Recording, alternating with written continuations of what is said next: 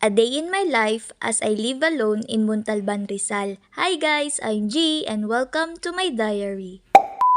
Ang sarap pa sana matulog kasi ang lamig sa madaling araw ngayon, kaso may pasok nga ako kaya maaga akong gumising at nag-prepare. Walang no choice kasi nga alipin ako ng salapi at marami pa akong utang. Char!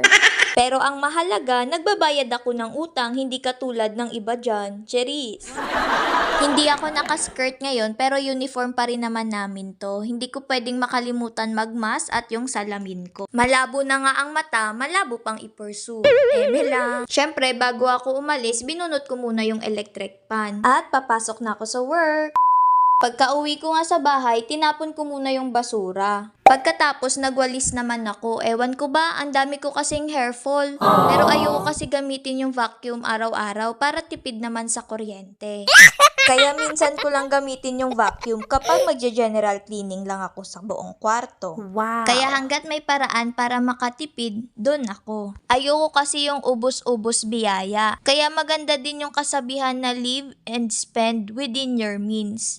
Nakakatulong yun para masustain mo yung lifestyle mo.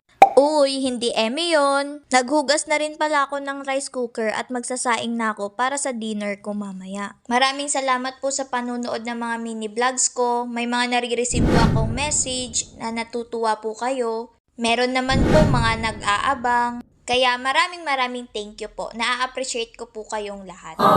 At sana wag po kayong magsawa. After ko nga magsaing, bago ko makalimutan, magbabayad naman ako ng renta ngayon.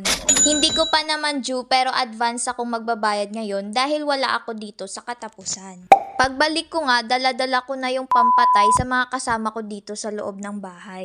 Char! Hindi ko pala nasabi sa inyo na meron akong kasama dito. Charis! Pero hindi naman siya welcome dito. Kaya ngayon, katapusan niya na.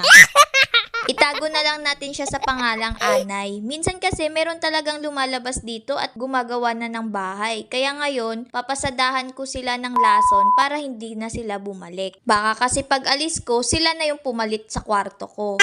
Kaya buti na lang merong pampatay ng Anay yung landlord ko. Kaya nanghingi ako at ako na ang naglagay. May nadaanan din pala akong naglalako kanina ng mga walis tambo at walis tingting kaya napabili ako. Dahil nakapagsaing na ako, niready ko naman kung ano yung uulamin ko mamaya. Nakita ko nga itong meatloaf sa rep kaya ito na lang ang uulamin ko. Habang hinihintay ko ang maluto yung kanin at ulam, papakita ko naman sa inyo yung maleta na nabili ko last time. Wow! Share ko na lang din po kung bakit ako bumili ng maleta. May importante kasi akong tao na uuwian. 5 years na rin kasi akong hindi nakakauwi sa probinsya namin. Pagkuha ko nga sa maleta, napawaw talaga ako. Ang ganda kasi, ang cute ng color niya. Napaka-girly naman nito masyado. Gusto ko talaga sana yung color black para hindi na siya madumihin. Kaso syempre, doon tayo sa nakasale. Kaya ito yung in-order ko. Tenesting ko nga agad kung gumagana yung mga gulong niya at okay naman. At syempre, i-check ko rin kung okay ba yung sa loob. Hindi alam ni mama kung kailan ako uuwi kasi hindi ko sinasabi sa kanya para masorpresa siya. Chinek ko nga isa-isa yung mga zipper at lahat naman ay working at marami siyang space para paglagyan. Kaya ang ganda ng maleta na to. Mukhang matibay naman at magtatagal to sa akin. Kung gusto nyo rin ng ganitong maleta, comment lang kayo at isi-share ko sa inyo kung saan ko siya nabili. O siya, hanggang dito na lang, mag-e-empake na rin pala ako. That's it and that's all. Thank you for watching. XOXO!